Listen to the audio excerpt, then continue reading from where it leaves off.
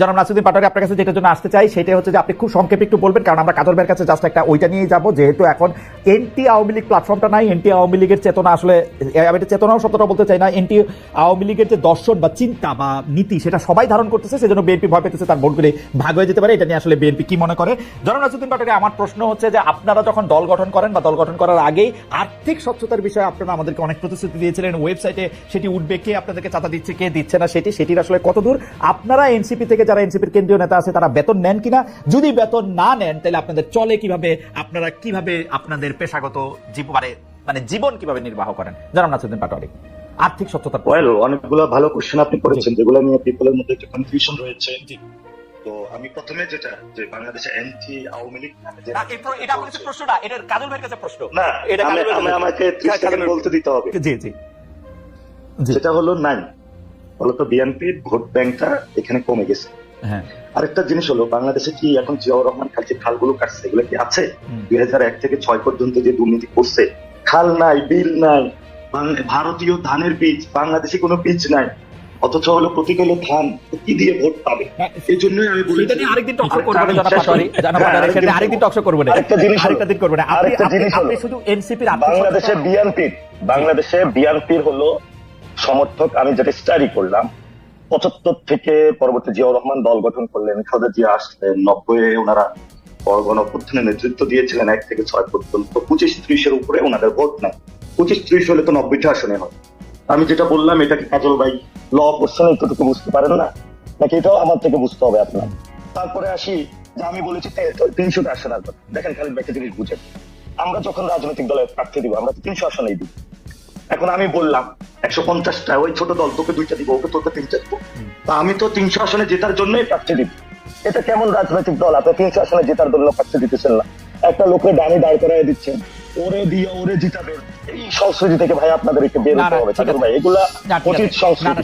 সেজন্য এখন আমি বললাম আপনি যদি আমরা 1 ঘন্টার বেশি 200 আসন জিততে হবে, আমি বললাম যে আমাদের 200 আসন জিততে হবে। 200 আসন বাকি 100 জনের ভিতরে থাকবে ভাই, কে না কে জিতবে ওই 200 জনের মধ্যে কি আমার নামটা? এটা হয় কি জনাব পাটোয়ারী, আমি একটু আপনাকে বলি, আমরা দেখেছি কি রাজনৈতিক দলগুলি জানে যে কোথায় তাদের কতটুকু স্ট্রেংথ, সেই অপটিমাম স্ট্রেংথকে ধরে তারা একটা ম্যাপ প্রণয়ন করে। যেমন আওয়ামী লীগ জানে যদি আওয়ামী লীগ নির্বাচন করে গোপালগঞ্জে তারা সব আসনে জিতবে, তেমনি বিএনপি জানে তার স্ট্রেংথ আছে বগুড়ায় সব আসনে জিতবে। আমি খুব জেনারেলাইজ কথা বললাম। এরকম ভাবে কোন কোন আসন তাদের একেবারে সবুজ, কোনটা একটু গ্রে, কোনটা লাল, সেরকম ভাবে তারা করে। সেজন্য প্র্যাকটিক্যালি বিএনপি ভোটের আগে 2001 সালের ভোটের আগে সেটার ব্যাপারটা আমি পুরোপুরি দেখেছিলাম বলে আমি জানি। তারা নির্বাচন হওয়ার আগেই তারা জানতো যে নিরপেক্ষ নির্বাচন হলে তারা কতটা আসনে তারা নিশ্চিত জয়লাভ করবে। মাঠের তো আছে সেরকম ভাবে সেটা বলে আর কি। ঠিক আছে, আমরা আরেকদিন কথা বলবো না জনাব পাটোয়ারী, আরেকদিন কথা এরকম বিএনপি এই ডেটা ভিত্তিক ভোটের ম্যাপিংটা স্মার্টলি আসলে আওয়ামী লীগের আগে শুরু করেছে, মানে ডিজিটাল বাংলাদেশ ডিজিটাল হওয়ার আগে শুরু করেছে, যেটাকে হাওয়া ভবন কেন্দ্রিক যেটা 2001 সালে বলা হয় সেই ডিজিটাল ম্যাপিংটা জানি এগুলো জানি কোন এজেন্সির মাধ্যমে করছে এগুলো আমরা জানি। এখন তারা ওই এজেন্সিগুলোকে হায়ার করতেছে তাও আমরা জানি। ফ্যান্টাস্টিক। আপনাদের দলের কথা এখন হলো যে ভারতীয় যে বিজেপি যেটা বলেছিল জনসংঘ যখন ছিল অথবা জনদলটা যখন ছিল, জনদল কয়টা আসনে চিন্তা করেছিল, এবং 1990 সালের আগে বিএনপির কি অবস্থা, প্রার্থী দিতে প্রার্থী খুঁজে পাওয়া যায়। তাদের একটা স্বপ্ন ছিল, জিয়াউর রহমান স্বপ্নটা দেখিয়েছিল। আমি খালেদা জিয়া খুবই রেসপেক্ট করি, আমি ওনার সাথে পার্সোনালি দেখা করেছিলাম। আমার স্বপ্ন ছিল যে ওনার সাথে কিছু জিনিস আমি শেয়ার করবো, জিজ্ঞেস করবো। নাসিরউদ্দিন পাটোয়ারী, আপনি বিএনপি থেকে এনসিপিতে আসেন। বিএনপি থাক, বিএনপি নিয়ে আরেকদিন কথা বলবো। সত্যি আপনি এনসিপিতে আসেন, এনসিপি তো আপনাদের না এটা তো এই যে রুজুল কুদ্দুস ভাই, এই যে একটা মানে ওনার মতন সিনিয়র লয়ার আমাকে আজকে একজন বলছে যে ওনাকে সম্মান দেওয়ার জন্য, কারণ উনি নাকি সামনে হলো লয়ার সেক্টর নিয়ন্ত্রণ করবে, পরে নাকি মামলা টামলা খেলে উনি আমার আরো বেশি করে ঢুকায় রাখবে। আর কি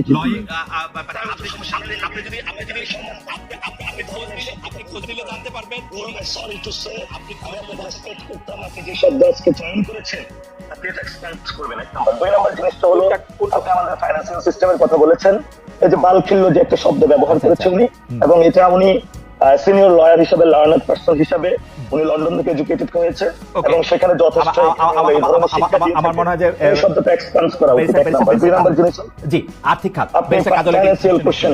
জি আচ্ছা, ফাইন্যান্সিয়াল কোশ্চেন আপনি কথা বলেছেন। আচ্ছা বেঁচে কাজ আপনি বলেছেন, আমি একটু বালখিল্য শব্দ এগুলো আপনি বলতে পারেন না। 2 নম্বর জিনিস হলো ফাইন্যান্সিয়াল যে বিষয়টা, সেটা হলো যে আমরা একটা নীতিমালা করেছিলাম। নীতিমালার মধ্যে আমরা এনেছিলাম আমাদের দুইটা জিনিসকে মিক্সড করতে হবে। মিক্সড করতে গিয়ে আমার যে পলিটিক্যাল কালচার রয়েছে সেটার জন্য আমরা স্টাডি করার জন্য নির্বাচন কমিশনের আরপিওটা স্টাডি করলাম। সাউথ এশিয়াতে যে পলিটিক্যাল পার্টিগুলার যে ফাইন্যান্সিং সিস্টেম সেটা নিয়ে স্টাডি করে আমরা ভারতে গিয়ে যেটা পাইলাম সেটা হলো রাহুল গান্ধীর কিন্তু যে ফাইন্যান্সিয়াল স্ট্রাকচার, এটা হলো বিজেপির মোদি হলো ফ্রিজ করে রেখেছিল, বিজেপি আবার বন্ড ছেড়েছিল। আমরা একটা সুন্দর মডেল আবার হলো মালয়েশিয়াতে গিয়েছি। মালয়েশিয়ার যে তরুণ প্রজন্ম তারা ফাইন্যান্সিয়াল মডেলের ক্ষেত্রে নতুন একটা ধারা নিয়ে এসেছিল। থাইল্যান্ডের একটা তরুণদের একটা পার্টি, মুভ ফরওয়ার্ড পার্টি, আপনি শুনেছেন 167 তারা সিট পেয়েছিল। তাদেরও তো ফাইন্যান্সিয়াল একটা মডেলে তারা সিস্টেম নিয়ে এসেছিল। আর বর্তমানে আমেরিকার নেক্সট প্রেসিডেন্ট ক্যান্ডিডেট বলা হয়ে থাকে এওসি কে। এওসি একজন বারটেন্ডার ছিলেন, খুবই স্ট্রাগল লাইফে ছিলেন, তার ফাইন্যান্সিয়াল ক্লিয়ারেন্স খুবই স্ট্রং। এবং আপনি যে আমদানি কথা বলেছিলেন যে আপনি টকশোতে কত, তারও ফাইন্যান্সিয়াল আমি ব্যাকগ্রাউন্ড দেখলাম খুবই স্ট্রং এবং মানে ক্লিন। স্ট্রং বলতে তো আমরা হাজার হাজার কোটি টাকার মালিক বুঝে ওইটা নাই, খুবই ক্লিন এবং তার ট্র্যাক রেখেছে। আমরা যখন দল গঠন করলাম আমরা খুবই একটা চিন্তার মধ্যে পড়ে গেলাম যে স্ট্রাকচার গুলোতে বিভিন্ন দল, বিভিন্ন বিএনপির এমপি গুলো অফার করছিল যে ব্যবসা করো, কোথায় থেকে ইলেকশন করবা, কি করবা, দল চালাবা কিভাবে। বিভিন্ন দেশ আমাদেরকে বলতেছে, বিভিন্ন গোয়েন্দা সংস্থা বলতেছে। আমরা বলছি নো, আমরা কোনোটাতে যাব না। তখন আমরা ইয়েল ইউনিভার্সিটি, এমআইটি ইউনিভার্সিটি এবং ওয়ার্ল্ডের যারা বাংলাদেশি ডায়াসপোরা আছে তাদের সাথে যোগাযোগ করলাম। How can I solve this matter? তারা আমাদেরকে একটা ফাইন্যান্সিয়াল মডেল বানিয়ে দিয়ে দিল। আমরা সেই ভিত্তিতে গিয়ে আমাদের সেই রিসার্চ বেসড যে ফর্মটা আছে আমরা সেটা অবমুক্ত করলাম। আমরা ক্রাউড ফান্ডিং এ গেলাম, আমরা টি শার্ট, ট্যাগ বিভিন্ন জায়গায় জনগণের কাছে গেলাম। অর্থাৎ আমরা যেহেতু এখনো আর্মির এস্টাবলিশমেন্ট ভাঙতে পারি নাই, আমাদের ব্যুরোক্রেসির এখন এস্টাবলিশমেন্টের যেটা আওয়ামী এস্টাবলিশমেন্ট ভাঙতে পারি নাই এখনো, মিডিয়ার এস্টাবলিশমেন্ট ভাঙতে পারি নাই এখনো, অর্থাৎ এগুলোকে চেঞ্জ করতে পারি নাই। আমরা এই জন্য হলো জনগণমুখী হলাম, এই জন্য আমরা ফাইন্যান্সিয়াল রাইট সেগুলো সেটা ওয়েবসাইটে প্রকাশ করার কথা ছিল, সেটা কি আপনারা করতেছেন? জি, আমাদের ওয়েবসাইটে আপনার ট্র্যাকিং এ সবগুলো বিষয় আছে। সেখানে হলো আমরা আবার জনগণকে একটা জিনিস হিসাব মিলিয়ে দিত, অর্থাৎ আমাদের ডেবিট ক্রেডিটটা মিলিয়ে দিত।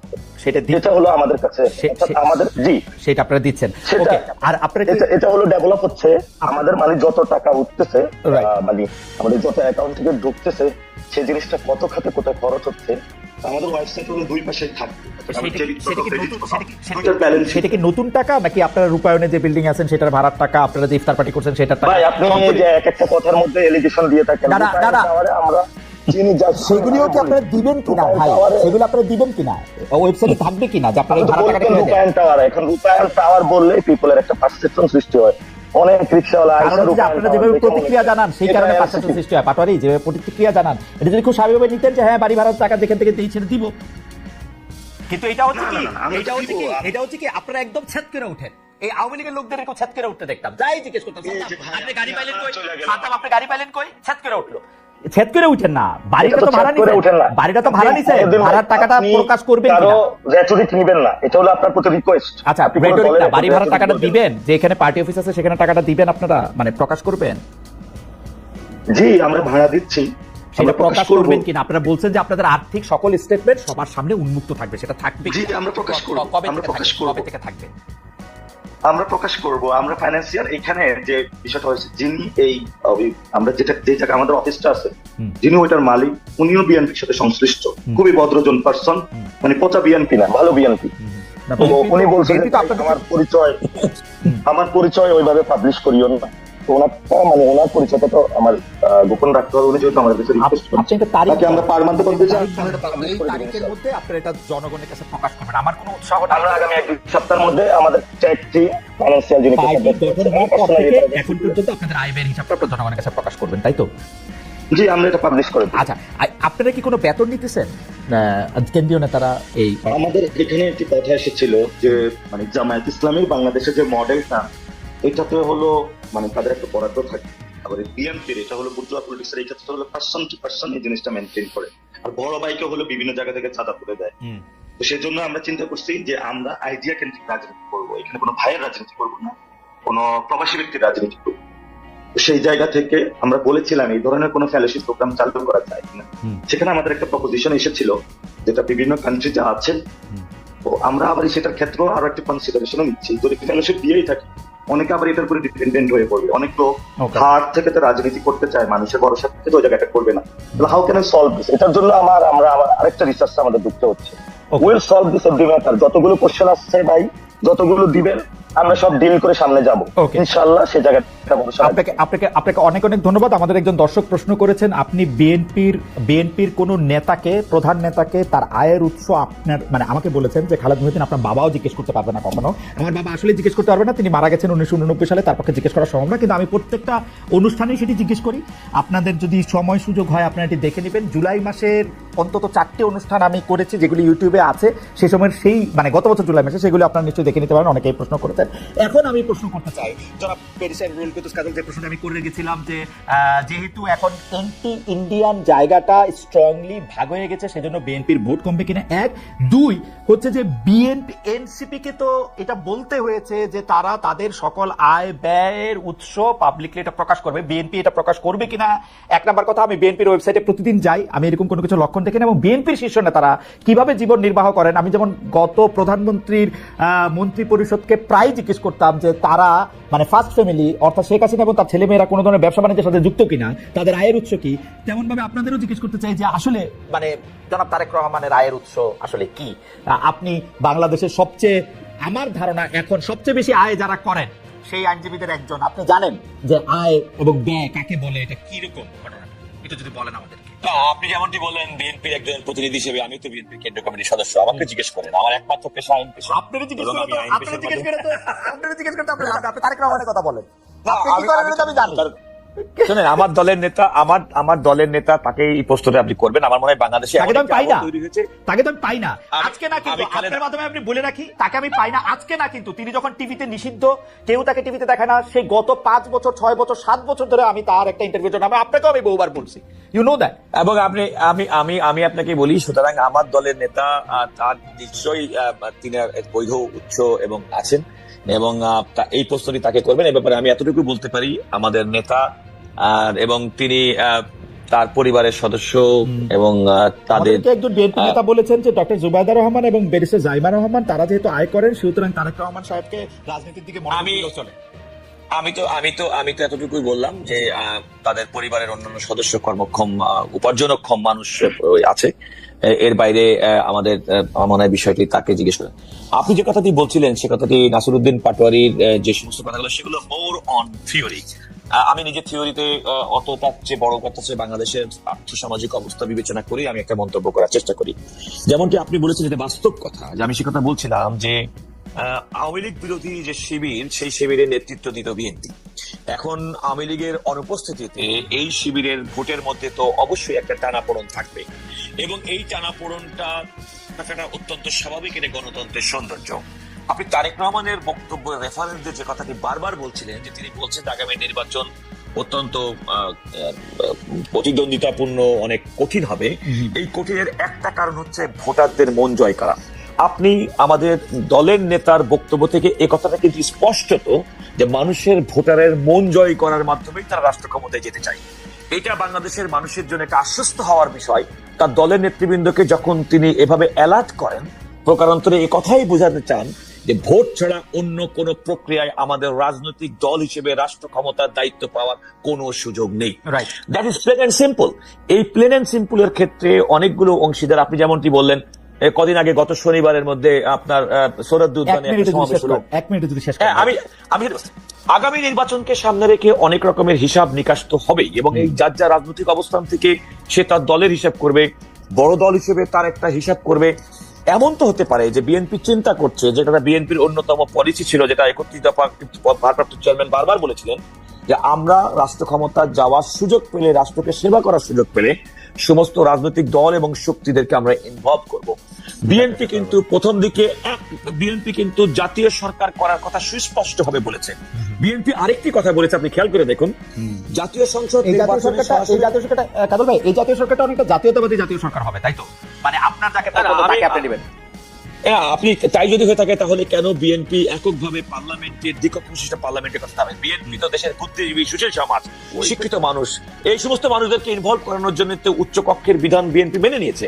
এবং বিএনপি নারীদেরকে ক্ষমতায়ন করার জন্য, সংসদে নারী আসন বাড়ানোর জন্য 100 আসন উন্নীত করার জন্য কাজল ভাই এইটা আরেকদিন আপনি কেন্দ্রীয় সদস্য হিসেবে আমরা আরেকদিন আপনার কাছে স্পষ্ট শুনবো। আর্থিক স্বচ্ছতার প্রসঙ্গটা যদি আপনি একটু বলেন যে আর্থিক স্বচ্ছতার জায়গা এই সাথে আমি আপনাকে বলি, আমি যতটুকু পার্টি হিসেবে পাটোয়ারি, আমি if I am not wrong, যতটুকু আমার জানার মতে প্রত্যেকটা রাজনৈতিক দল, নিবন্ধিত রাজনৈতিক দলের প্রত্যেক বছরের আয় ব্যয়ের হিসেব নির্বাচন কমিশনে জমা দিতে হয়। আমার জানা মতে বিএনপি গত বছরের আয় ব্যয়ের হিসাব নির্বাচন কমিশনকে জমা দিয়েছে।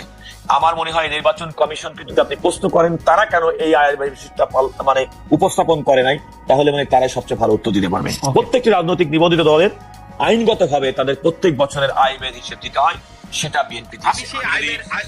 আমি সেই আয় ব্যয়ের হিসাব মোরলেস 98 সাল থেকে আমি পরীক্ষা করতেছি। সেই আয় ব্যয়ের হিসাবটা যতটুকু বাংলাদেশের নির্বাচন কমিশনের আরপি অনুসারে যতটুকু দিতে হয় ততটুকু এটা পরিষ্কার না। যেমন আমি এখনো জানি না ওই এত হিসাব করার পর যে আসলে বিএনপি নেতারা কি করেন আমি বুঝি না। কিন্তু একটা ব্যবসা লিখে রাখেন কেন বিএনপির বেতার, আমি পেশাজীবী আইনজীবী, আমরা আইন পেশা করি। যিনি ডক্টর তিনি ডাক্তার ব্যবসা করেন, যিনি ব্যবসায়ী তিনি ব্যবসা বেগম জিয়া, বিশ্ববিদ্যালয়ের বেগম বেগম খালেদা জিয়া নিজে প্রধানমন্ত্রী ছিলেন, তিনি বেতন পেয়েছেন, ভাতা পেয়েছেন, তিনি বিরোধী দলের নেত্রী ছিলেন, বেতন পেয়েছেন, ভাতা পেয়েছেন। কত 17 বছর বেগম খালেদা জিয়া গত 17 বছরে তার রাজনৈতিক দলের নেতা কর্মী সমর্থক, তার নিজের আয়, তার কি সন্তান আছে, সমস্ত কিছু আছে। বেগম খালেদা জিয়ার আয় অ্যাবসলিউটলি আমরা এই জিনিসগুলি জনাব তারেক রহমান এবং বেগম খালেদা জিয়া এই আরেকটা কথা বলি, আমি একটা কথা সময় নাই। খালেদা জিয়া তো বাংলাদেশের একজন আয়কর দাতা। রাইট। আপনি যদি এভাবে বলেন তাহলে আপনি যদি কোনো কারণে বাংলাদেশের একজন নাগরিক হিসেবে, প্রথম শ্রেণী নাগরিক হিসেবে যিনি আয়কর প্রদান করেন, তো তিনি তো তার আয়ের উৎস আয়কর বিভাগের কাছে সুস্পষ্ট ভাবে বলেছেন, এবং সেটা সেখানে সংরক্ষিত আছে। সুতরাং আইনি প্রক্রিয়ার মধ্যে ওইটা প্রিভিলেজ যিনি ট্যাক্স দেন। No, it's open. না, এটা ওপেন আপনি যখন নির্বাচনে দাঁড়াবেন তখন। আমি সেটাই বলছি, আমি কিন্তু বেগম খালেদা জিয়াকে নির্বাচন করেননি। আমি গত 17 বছর করেননি, তো গত 17 বছর তো করেন নাই, সেই জন্য বলতেছি গত 17 বছর বেগম খালেদা জিয়াও করেন নাই, তারেক রহমান সাহেবও করেন নাই। বেগম খালেদা জিয়া বিগত 17 বছর যে ধরনের নির্যাতন নিপীড়নের শিকার হয়েছে। না আমি এই যে কাজল ভাই আপনি কিন্তু আমাকে ট্রাবলে ফেলতেছেন। এখন বিএনপির লোকেরা আমাকে একটা এনটি বিএনপি কোয়া এখন একটা মানে আমি বলছি না, আমি বলছি বেগম খালেদা আপনি এখন আমাকে আমার মনে হয় যে আমার প্রশ্নটা আপনি বুঝতে পারছেন যে এটা যদি মানুষের সামনে থাকে মানুষ এটা দেখে নেবে। আমরা একদম শেষ পর্যায়ে আছি। কাজল ভাই আপনার অনেক ধন্যবাদ। আমি একটু জনাব নাসির পাটোয়ারির কাছে 40 সেকেন্ডের জন্য যেতে চাই। জনাব নাসির পাটোয়ারি, এই আগামী নির্বাচনটা মানে এটা একটা মানে জ্যোতিষী ধরনের প্রশ্ন, কিন্তু আমি আপনার মানে আপনি তো আর সত্যি বলতে পারবেন না, কিন্তু আপনার গেস্টটা আমি শুনতে চাই যে আপনি মনে করেন কবে নির্বাচনটা হবে। কেউ বলেন ডিসেম্বরে হবে, সেটা থেকে শুনে এখন ফেব্রুয়ারি আসছে, কেউ বলেন এপ্রিলে হবে, কেউ বলেন এপ্রিলে হবে না, তারপরে হবে। আপনার কাছে কি মনে হয়? এটা আপনার কাছে শেষ প্রশ্ন আমার, মানে জাস্ট তারিখটা মানে কেন মনে হয় সেটা আরেকদিন শুনবো। যদি কোনো বড় ঘটনা না করে ফেব্রুয়ারি ইলেকশন হয়ে যাবে, যদি বড় কোনো ঘটনা না ঘটে। কারণ এখানে ওই যে জুলাই সনদের একটা বিষয় আছে, সেটা হয়তো না বিএনপি ছাড় দিচ্ছে। লন্ডনের কথা হয়েছে, পার্সোনাল কথা কি হয়েছে এটা আমরা জানি না, তবে সেখানে দুজনকে যেহেতু হাসপাতাল ছবিটা আমরা দেখছিলাম, তাদের মনে হয়েছিল বোথ পার্টিজ আর কোঅপারেটিভ। ওই জায়গায় মনে হয়েছে যে ফেব্রুয়ারিতে ইলেকশন হবে। ঠিক আছে, কোনো বড় ঘটনা না। ঠিক আছে, হোল্ড অন এ সেকেন্ড আমরা একটু বেশি কাজল আপনার কাছ থেকে একটু জানতে চাই জ্যোতিষী প্রশ্নটা। আপনার কাছে কি মনে হয় ফেব্রুয়ারি, এপ্রিল, তারপরে? না, আপনি কিন্তু খালেদ খেয়াল করে দেখবেন লন্ডনে বা বিএনপির ভারপ্রাপ্ত চেয়ারম্যান জনাব তারেক রহমানের সঙ্গে ডক্টর মোহাম্মদ ইউনূসের বক্তব্যের পরিপ্রেক্ষিতে লিখিতভাবে স্টেটমেন্ট করে বলা হচ্ছে দুজন সিদ্ধান্ত গ্রহণ করেছেন। আচ্ছা, তো আপনিও মনে করছেন ফেব্রুয়ারিতে ইলেকশন হবে, তাই তো? আমি এই কারণে মনে করি যে বাংলাদেশের জুলাই আগস্টের গণ বিস্ফোরণের পরবর্তীতে এই দেশের মানুষের কাছে গ্রহণযোগ্য ব্যক্তি হিসেবে ডক্টর মোহাম্মদ ইউনূস রাষ্ট্র দায়িত্ব পালন করছেন এবং তার কথার একটা মূল্য আছে। তিনি যেটা বলেছেন যে নির্বাচনটি হবে এবং সেটি ফেব্রুয়ারি পর্যন্ত লন্ডনে বসে যে যৌথ বিবৃতি, আমি সেটার উপর আস্থা রাখতে চাই। আমি মনে করি এর ব্যত্যয় ঘটার কোনো কারণ।